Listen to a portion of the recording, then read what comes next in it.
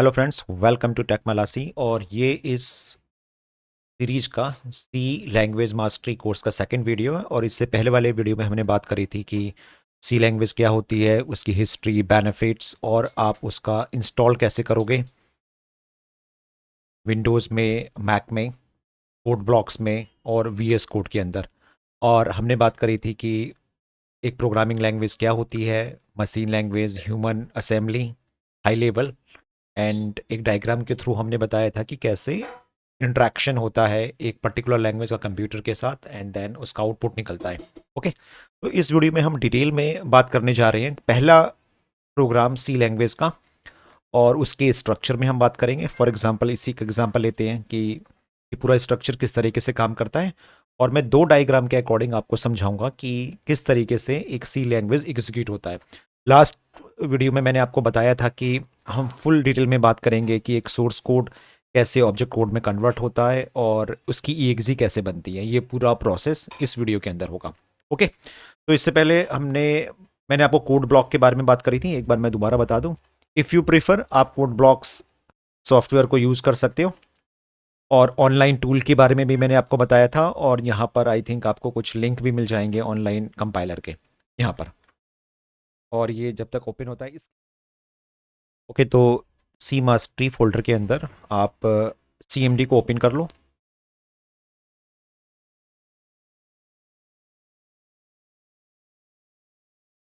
तो आप टर्मिनल इस तरीके से ओपन कर सकते हो।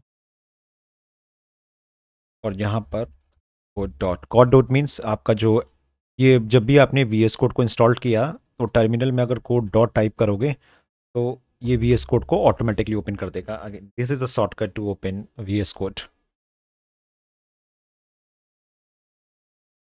और यहाँ पर आपका एक फ़ोल्डर आ गया। ओके, तो मैं नेक्स्ट जो वीडियोज़ होंगे उनके लिए प्रीफर करूँगा वी एस कोड, और इसका सेटअप कैसे करते हैं कंपाइलर के साथ और किस तरीके से काम होगा वो सारी चीज़ें मैं बताऊँगा। ओके, इससे पहले इस स्ट्रक्चर को और अच्छा ही देखो, ये भी ओपन हो गया है कोड ब्लॉक। तो कोड ब्लॉक में मैंने लास्ट टाइम पर कुछ आपके डेमो बताए थे, आप इनको भी प्रीफर कर सकते हो। मैंने बताया था कि यहाँ पर आप एक प्रोजेक्ट बनाओगे और main dot C S S एक फाइल बनती है, और देन यहाँ पर आपका डायरेक्टली प्रोग्राम रन हो जाता है। ये देखो इस तरीके से। ओके, तो if you prefer, code block भी बेटर सॉफ्टवेयर है, आप इसको यूज़ कर सकते हो। But for the next videos I prefer we S code, और इसमें कैसे सेटअप होता है सी कंपाइलर का वो भी मैं आपको बताऊंगा। तो जब आप किसी भी, इससे पहले हमने बात करी थी कि अगर कंप्यूटर को इंस्ट्रक्शंस देने हैं तो आपके पास एक प्रोग्रामिंग लैंग्वेज होनी चाहिए। प्रोग्रामिंग लैंग्वेज जिसके थ्रू कंप्यूटर अंडरस्टैंड कर सके कि उसको करना क्या है। तो हमने सी लैंग्वेज का, हमारी ये मास्टरी कोर्स है, तो ये सी लैंग्वेज का एक छोटा सा प्रोग्राम है।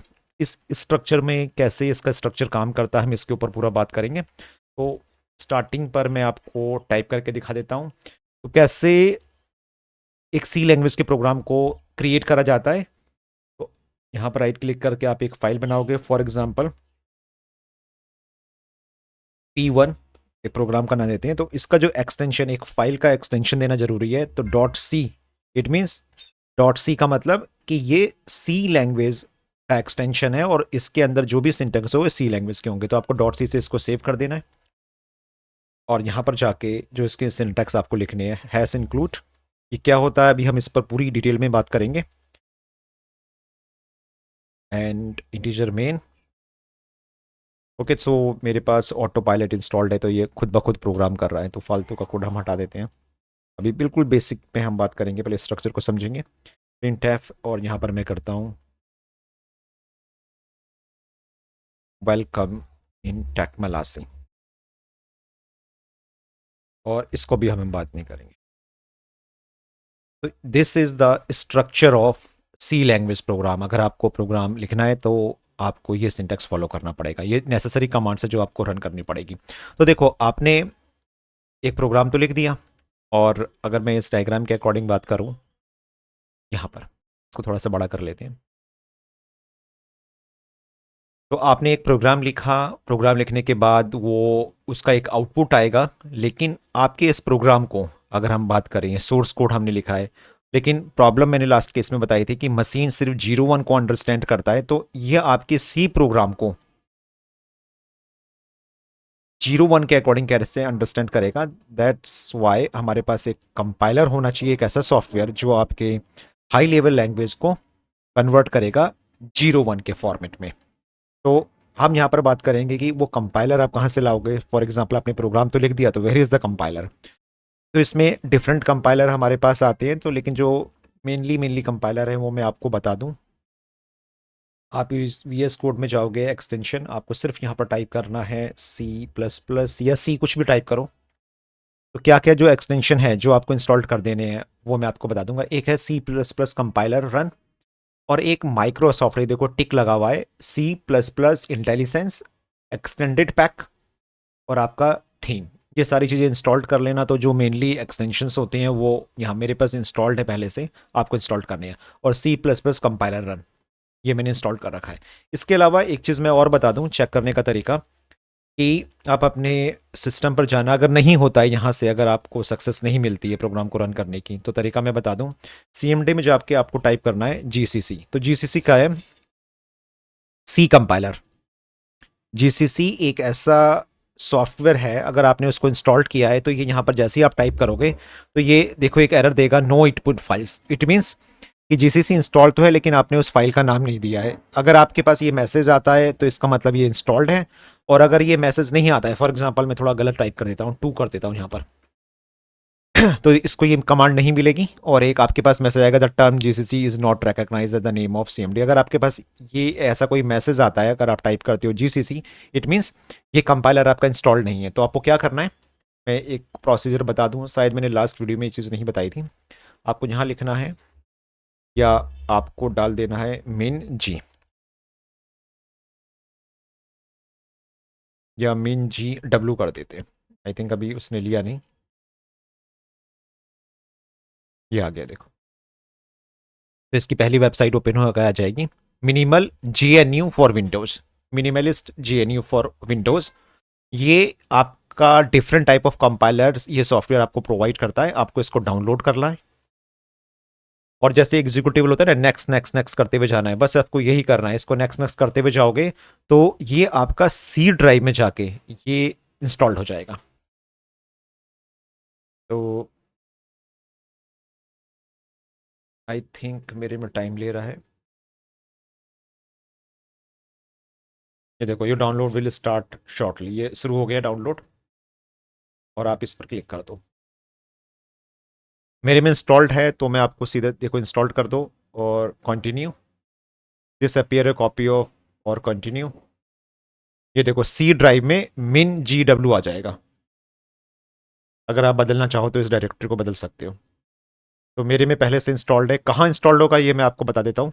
इसको क्लोज करते हैं, नेक्स्ट नेक्स्ट करना है आपको, बस ये ध्यान में रखना है, और ये आपका इंस्टॉल्ड हो जाएगा C ड्राइव में। आपके पास एक फोल्डर बन जाना चाहिए मिन, ये देखो इस तरीके से। और इसके अंदर अगर आप जाओगे तो एक बिन नाम का फोल्डर होगा, और यहाँ पर अगर मैं देखो बहुत सारे यहाँ पर कंपाइलर आपको मिलेंगे। इसमें है कि ये GCC, दिस इज इंपॉर्टेंट। तो जब मैं यहाँ पर टाइप कर रहा हूँ तो ये GCC ये वाले कंपाइलर को उठा रहा है, इस वाले को। तो अब यहाँ पर इस सॉफ्टवेयर को इंस्टॉल करने के बाद आप यहाँ पर चेक कर लो, और उसके बाद भी आपको ये नहीं मिलता है, तो बस आपको क्या करना है, इस वाले पाथ को कॉपी करना है। तो इसका मतलब इसकी आपने सेटिंग नहीं कर रही है। आपको अपने विंडोज़ में environment, edit the system environment में जाना है। यहाँ पर जाके इन्वायरमेंट वेरिएबल्स, और यहाँ पर जाके एक न्यू पाथ करना है, या पाथ में जाके एडिट कर सकते हो।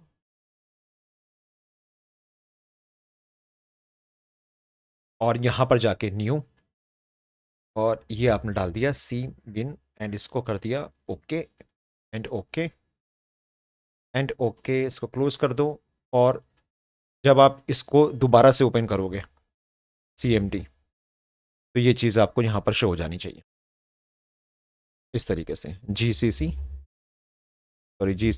ये देखो यहाँ पर आ जाएगा। तो अगर आपका इन्वायरमेंट पाथ सही है तो ये आपको यहाँ पर शो करना चाहिए। तो ये भी एक तरीका है जिसके थ्रू मैं प्रोग्राम को रन कर सकता हूँ। तो अब इस ये कंपाइलर है, ये कंपाइलर क्या करेगा, आपके इस प्रोग्राम को इस प्रोग्राम को ये कंपाइलर जीसीसी का कन्वर्ट करेगा 011 में, और आपका जो कोड है, हाई लेवल कोड, वो डॉट ओ में कन्वर्ट हो जाएगा। ओ का मतलब ऑब्जेक्ट इंटरमीडिएट, यानी कि हम बाइनरी बोल सकते हैं, 01 कोड में कन्वर्ट होगा। एंड देन अगेन उस कोड को लिंकर की हेल्प से एग्जीक्यूटिव फाइल में कन्वर्ट कर दिया जाता है, और उस फाइल को आप कभी भी रन कर सकते हो। तो ये प्रोसेस मैं आपको यहां पर करके दिखा देता हूं। इसमें सीएमडी में आप इसका अपना इनबिल्ट कंपाइलर आता है, तो चाहो तो आप इसका यूज कर सकते हो यहां पर। अदरवाइज आप क्या कर सकते हो, यहीं पर इसकी डायरेक्टरी में जाके कैसे यहां पर भी आप ओपन इंटीग्रेटेड टर्मिनल ओपन कर लिया आपने, ये कर लो। अदरवाइज यहां जाके आप इसका इसी पाथ में यहां पर भी एक टर्मिनल को ओपन कर सकते हो। इसमें फॉन्ट बड़ा करके आपको दिखा देता हूं। देखो दोनों जगह से आपका रन होगा। यहाँ तो मैं थोड़ा सा फॉन्ट वगैरह बड़ा करके दिखा रहा हूँ, ये पहला प्रोग्राम है और मैं इसको रन कर रहा हूँ। ठीक है, थोड़ा सा फॉन्ट बड़ा कर देते हैं, GCC। और अब यहाँ पर देखना राइट की साइड पर क्या होगा। जब मैं P1.C करूँगा तो ये कंपाइलर सबसे पहले आपके इस कोड को कन्वर्ट करेगा डॉट ओ में, ऑब्जेक्ट फाइल में, यानी कि 01 पर। तो मैं जैसे ही इस पर क्लिक करता हूँ, अगर कोई एरर नहीं है तो ये आपका प्रोग्राम कन्वर्ट हो जाएगा। यहाँ पर आप देखो A.exe फाइल बन गई। तो इसने आपका क्या काम किया, पहले आपके कोड को एग्जीक्यूटिबल में चेंज किया और देन उसकी exe भी आपके सामने यहां पर बना दी है। और अब मैं इसको रन करके रन करने का तरीका सिंपल होता है। कोई भी फाइल जब एग्जीक्यूटिबल में बन जाती है तो सिंपल क्या करना है, डॉट / और पी, सॉरी, नाम उसने ए बनाया, ये ध्यान में रखना, ए एंटर कर दो। ये देखो welcome in tech Palasi. A executable file क्या होती है, मैं अगेन आपको रिपीट कर दूं, एक ऐसी फाइल जिसमें डबल क्लिक करोगे या उसका नाम दोगे वो आपकी रन हो जाती है। तो इसमें क्लिक करके दिखाता हूं। तो देखो ये आपका एग्जीक्यूटिबल है, मतलब इसके अंदर आपका एक बाइनरी कोड है। तो ये वाली फाइल आपकी कभी भी ओपन नहीं होगी। तो यहां पर क्या किया कि आपका जो इंटरमीडिएट कोड था वो लिंकर की हेल्प से, लिंकर अगेन अपने आप में एक सॉफ्टवेयर होता है जब आप जीसीसी इंस्टॉल करते हो, उसने उसका EXE फॉर्मेट यहां पर बना दिया है। और इसको आप यहां से भी रन करके देख सकते हो। ये देखो P1.exe और ए,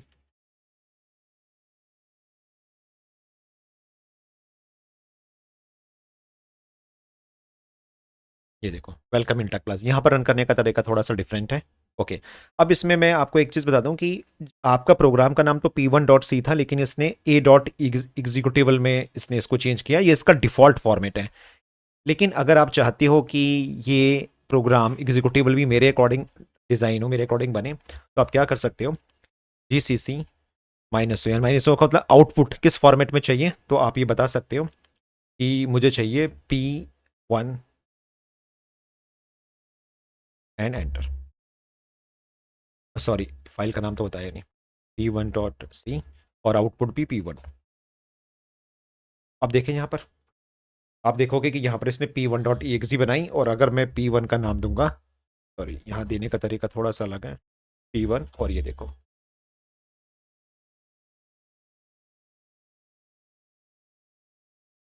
वेलकम इन टेक मलासी। तो ये चीज़ आपको ध्यान में रखनी है। और हाँ, एक चीज़ और मैं बता दूं कि ये एग्जीक्यूटिबल फाइल आपकी इंटरमीडिएट ऑलरेडी बन चुकी है। इसके अलावा अगर आप इसको थोड़ा सा चेंज कर दो और इसका आउटपुट ले लेते हैं, /आउटपुट। अच्छा, मतलब कि अगर आप डायरेक्टरी भी बदलना चाहते हो तो आप बदल सकते हो। यहाँ पर आपने बोला न्यू फोल्डर, आउटपुट को अलग रख लिया आपने, और देन रन कराते हैं। ओके, एक्चुअली ना जब आप प्रॉम्प्ट से काम करते हो तो आपको डॉट लगाना जरूरी है। और ये देखो आपका यहाँ पे एक प्रोग्राम बन गया P1.exe। और अगर इसको रन कराना है आपको, आप इसको रन करा सकते हो GCC /output P1.exe। और सॉरी, GCC नहीं देना है आपको, सिर्फ इतना करना है। और ये देखो वेलकम इन टेक प्लस। और सेम आप यहाँ से भी कर सकते हो। Dot forward slash out e1 dot E. Okay, इसके अलावा मैं आपको एक और बता दूं कि जब आपने ये एक्सटेंशन इंस्टॉल किया था, ये वाला, तो मैंने यहाँ पर आपको बताया था सी कंपाइलर रन। तो अगर आप इसको भी इंस्टॉल करते हो तो यहाँ पर वी एस कोड के ऊपर एक बटन आ जाएगा और देखो लिखा रहा है C++ कंपाइलर रन।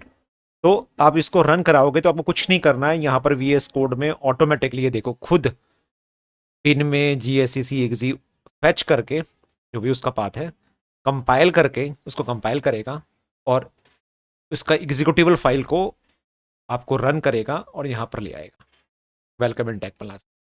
तो जो इतना कम काम कर रहे थे वो करने की आपको ज़रूरत नहीं है, सारा का सारा काम ये ऑटो करके दे देगा आपको। ये देखो इस तरीके से, तो ये भी एक तरीका है, आप जीसीसी भी कंपाइलर करें। ठीक है, तो मैं इनका यूज़ करता रहूँगा और इस तरीके से यूज़ करूँगा ताकि आपको आउटपुट मिल सके। ओके, तो जब भी हम कोई प्रोग्रामिंग लैंग्वेज की बात करते हैं, चाहे सी हो, C++ हो या पाइथन कोई भी हो, तो उसको जब हम राइट करते हैं तो जो हमारा ये कंपाइलर है जिसकी अभी हमने बात करी थी, ये जो कंपाइलर है वो उसको लाइन बाय लाइन पढ़ना शुरू करता है। पहले इसको रीड किया, फिर इसको रीड किया और उसके अकॉर्डिंग आपके आउटपुट को, या अगर कोई एरर आती है, कुछ भी होता है, वो उसको शो करता रहता है कि एरर आ गई या कुछ भी होगी। लेकिन जो सी लैंग्वेज है वो आपके प्रोग्राम को पहले सारे प्रोग्राम को रीड करेगा लाइन बाय लाइन। सारे प्रोग्राम को रीड करने के बाद सपोज इसमें 3 एरर है, 4 एरर है, वो सारी एरर को एक साथ शो करेगा। तो जब कोई ट्रांसलेटर सारे प्रोग्राम को रीड करके आपके सारे एरर को एक साथ थ्रो करता है, दैट इज कंपाइलर। और अगर कोई एक एक करके रीड करके एरर शो करता है, दैट इज कॉल्ड इंटरप्रेटर। ये दोनों का एक डिफरेंस होता है। तो सी लैंग्वेज जो यूज करती है वो कंपाइलर यूज करती है, यानी कि आपके प्रोग्राम के अंदर 4 एरर है तो वो चारों एरर को एक साथ शो करेगा। ये मैं आपको करके दिखा भी देता हूँ और इसको कुछ इस तरीके से लेके चलते हैं कि मैं इसको लेफ्ट में यहाँ डाल देता हूँ ताकि, और ये यहाँ ले लेते हैं ताकि एक ही जगह आपको शो हो सके। थोड़ा छोटा कर लेते हैं, ठीक है। तो अब मैं कुछ एरर करता हूँ। सपोज जब भी हम कोई प्रोग्राम लिखते हैं तो उसका लाइन बाय लाइन एक सिंटैक्स होता है कि कोई भी लाइन जो एग्जीक्यूटिबल होती है, जिसको हम रन करते हैं, जो उसका आउटपुट देखते हैं, वो हर लाइन टर्मिनेट होनी चाहिए सेमीकोलन से, सो दैट कंपाइलर को ये पता चल सके कि नेक्स्ट जो लाइन है वो न्यू लाइन है हमारी। सी प्रोग्राम के अंदर जो हमारी स्टार्टिंग पॉइंट होती है, जो सिंटैक्स होता है, वो होता है मेन। मेन का मतलब स्टार्टिंग पॉइंट।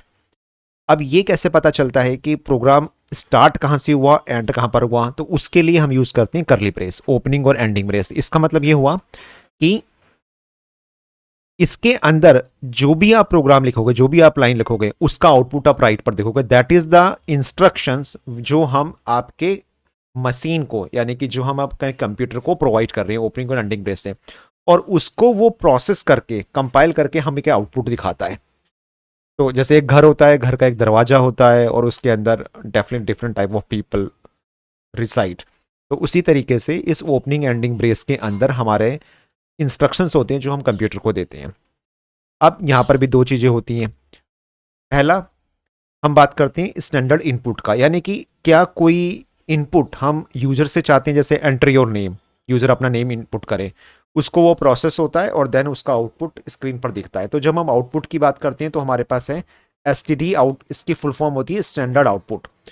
स्टैंडर्ड इन का मतलब कीबोर्ड, इनपुट की बात हो रही है और यहाँ पर आउटपुट की बात होती है। तो किसी भी प्रोग्रामिंग लैंग्वेज में हम आउटपुट की बात करते हैं, दैट इज योर मॉनिटर, जहाँ पर आप देखते हो। इनपुट का मतलब कीबोर्ड या कोई भी सोर्स जहाँ से आप टाइप कर सकते हो। बीच में हमारे पास एक सीपीयू होता है, एक सिस्टम होता है, एक डिफरेंट लैंग्वेजेस का डिफरेंट कंपाइलर होगा जो आपके प्रोग्राम को 0-1 में कन्वर्ट करके उसके आउटपुट को शो करेगा। तो ये बिल्कुल वैसा ही है। मैं एक हाई लेवल लैंग्वेज लिख रहा हूँ और हमारा जो जीसीसी कंपाइलर है वो इस लैंग्वेज को कन्वर्ट करेगा आपका 0-1 के अंदर। सो कोई भी प्रोग्राम आज के बाद हम जो लिखेंगे वो आपका स्टार्ट होता है मेन से और एंडिंग। ओके, ये एक्चुअली में एक फंक्शन है, इसके हम बाद में बात करेंगे जब फंक्शन का टॉपिक पढ़ेंगे। बस आप यहाँ पर ये समझ लो कि अगर कोई भी चीज़ सक्सेसफुल है, कोई भी फंक्शन, तो वो एक वैल्यू को पक्का रिटर्न करता है। 0 का मतलब होता है सक्सेस, इसलिए हमने यहाँ पर इसको इंटीजर लगा रखा है, यानी कि ये फंक्शन हमें रिटर्न कर रहा है 0 इंटीजर। इसकी डिफरेंट वैल्यूज होती हैं, उसमें भी हम बात करेंगे। फिलहाल आपको एक बेसिक सिंटैक्स को समझना है। ओके, अब ये कैसे पता चलता है हमारे कंपाइलर को कि what is the meaning of print F, what is the meaning of return F.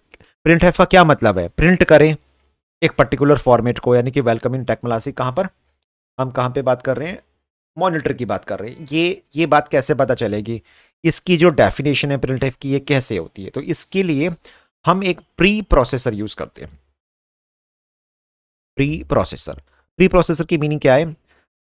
इससे पहले जब जीसीसी क्या कर रहा है, आपके प्रोग्राम को कन्वर्ट कर रहा है 0 1 पर, उस कंपाइलेशन से पहले प्रिंट एफ का मतलब क्या है, रिटर्न का मतलब क्या है, मेन का मतलब क्या है, इनकी मीनिंग क्या है, ये पहले से ही प्री प्रोसेसर हो जाती है। और एक बहुत बड़ी लाइब्रेरी होती है, वो लाइब्रेरी का नाम होता है stdio.h, स्टैंडर्ड इनपुट आउटपुट।